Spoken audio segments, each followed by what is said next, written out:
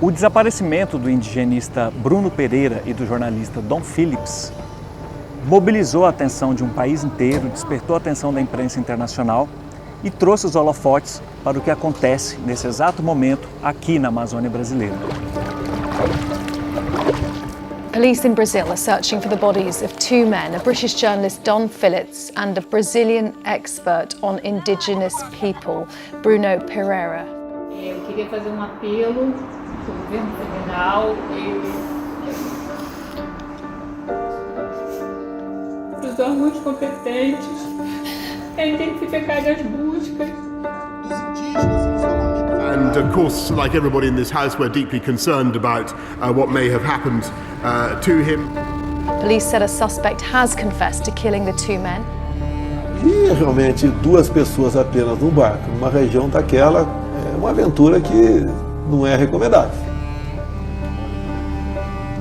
Entre o dia 5 de junho, quando eles desapareceram, e o dia 15 de junho, quando dois corpos apareceram nesse portinho aqui em Atalaia do Norte, houve muita apreensão, muito medo, muita tensão, muito temor de que o caso não tivesse um desfecho.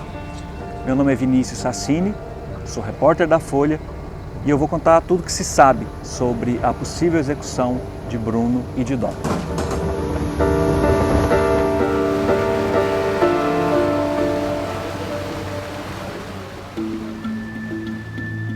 Atalaia do Norte é uma cidade que fica no extremo oeste do Amazonas, distante de praticamente tudo, muito distante de Manaus, e é a cidade mais próxima da terra indígena Vale do Javari. É uma das regiões mais preservadas da Amazônia brasileira. Também na cidade está a Univaja, que é uma entidade que representa 7 etnias das populações tradicionais que vivem no Vale do Javari e representa também os povos isolados, há muitos indígenas isolados nessa região. A gente está numa região de tríplice fronteira do Brasil com o Peru e com a Colômbia. É uma região que tem uma grande influência do narcotráfico e é uma região onde ocorre com bastante intensidade, bastante pesca ilegal, bastante caça ilegal. Este é o pano de fundo, inclusive, do desaparecimento e do que aconteceu com o Bruno e com o Dom. Ao longo do rio Itacoaí, que é esse rio que está aqui do meu lado, existem várias comunidades ribeirinhas e ao longo desse rio também existe uma atividade predatória de pesca, especialmente do pirarucu, que é um peixe muito valorizado no mercado, e também do tracajá, que é um cágado muito apreciado pelos colombianos. O Bruno e o Dom subiram o rio Itacoaí para atividades relacionadas aos indígenas. O Dom fazia entrevistas com indígenas.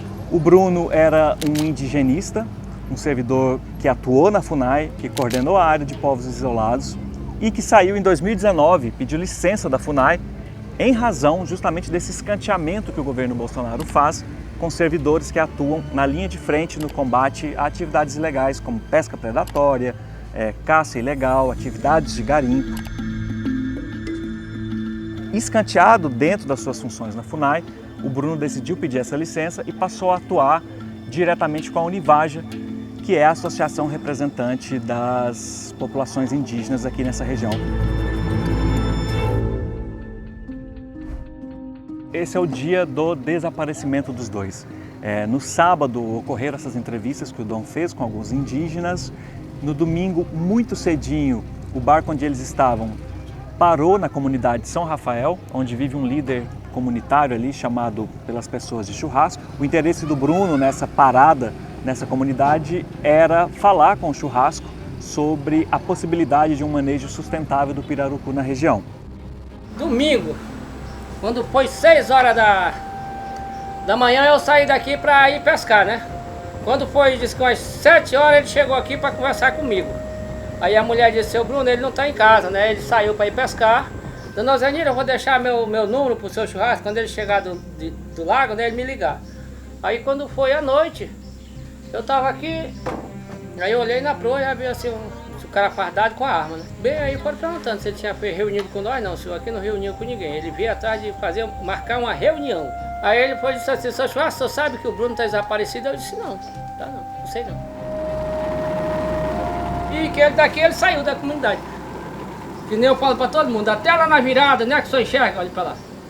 Lá só enxerga, aí dá virada para baixo, só enxerga mais nada. Que nem eu disse, até ali ele foi, daí para baixo, a gente escutou os lados do motor, mas ninguém sabe mais. Até ali ele foi fora. O barco desceu um pouquinho mais o rio, na direção de Atalaia do Norte, quando ele desapareceu. A suspeita é de que Pelado, esse pescador que vive na comunidade de São Gabriel, seja o responsável pelo desaparecimento e pela possível execução dos dois. Essa suspeita se tornou muito mais forte quando ocorreu uma confissão.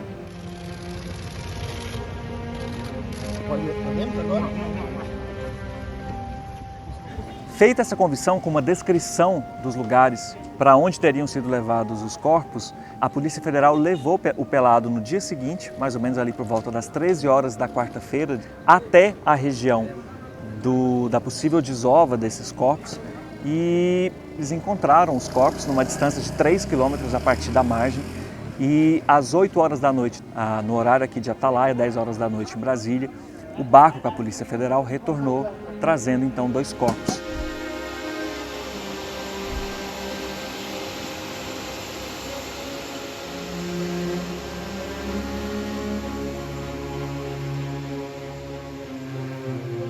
A principal suspeita da polícia hoje é que a pesca ilegal e a caça ilegal estejam por trás do crime que aconteceu. Claro, existem outras hipóteses de investigação, o narcotráfico está no horizonte da investigação. Os policiais também tentam verificar se existem mandantes para o crime. Por enquanto, as diligências que aconteceram até agora não apontam para um mandante, mas esta é uma hipótese que segue sob investigação.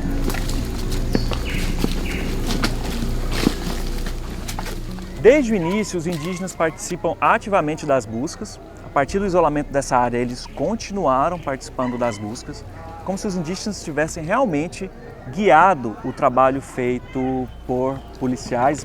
Então, é preciso que isso fique muito claro, que o trabalho dos indígenas foi um trabalho decisivo para o desfecho da história.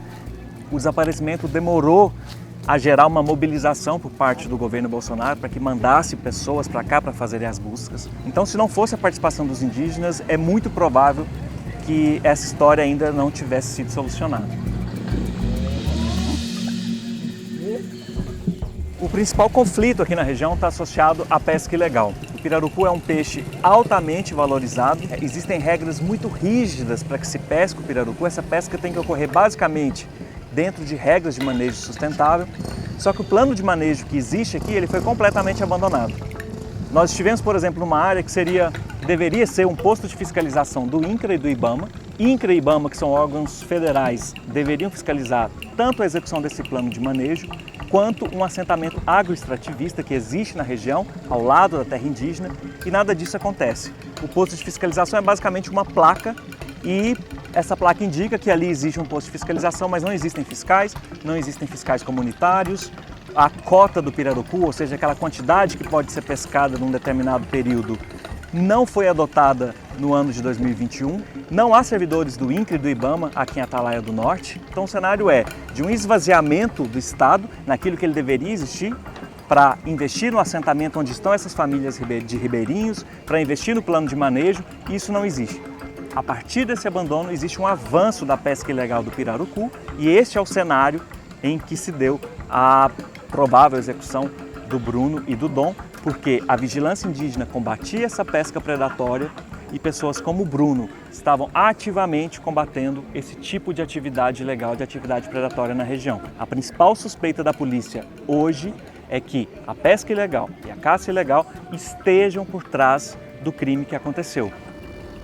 O governo Bolsonaro desmantelou todos os órgãos que atuam com fiscalização relacionada de alguma maneira a meio ambiente e populações tradicionais. A FUNAI está desmantelada, postos-chave estão vagos, o IBAMA, que deveria fiscalizar esse plano de manejo, não está aqui na região.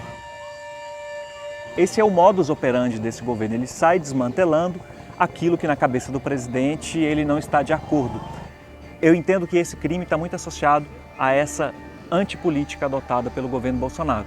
A própria trajetória profissional do Bruno, quando ele decide se licenciar da FUNAI, eu entendo que isso é uma prova de que o desmantelamento desses órgãos que deveriam atuar no desenvolvimento, na fiscalização dessas comunidades e do que acontece nas imediações dessas comunidades, esse desmantelamento é o motivo do que a gente vivenciou durante esses dias. E acho que deve haver uma reflexão sobre o que vai acontecer no futuro.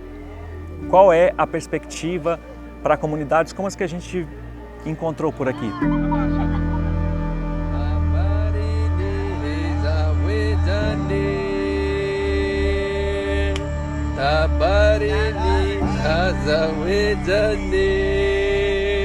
Agora. Hawanararae, Hawanararae.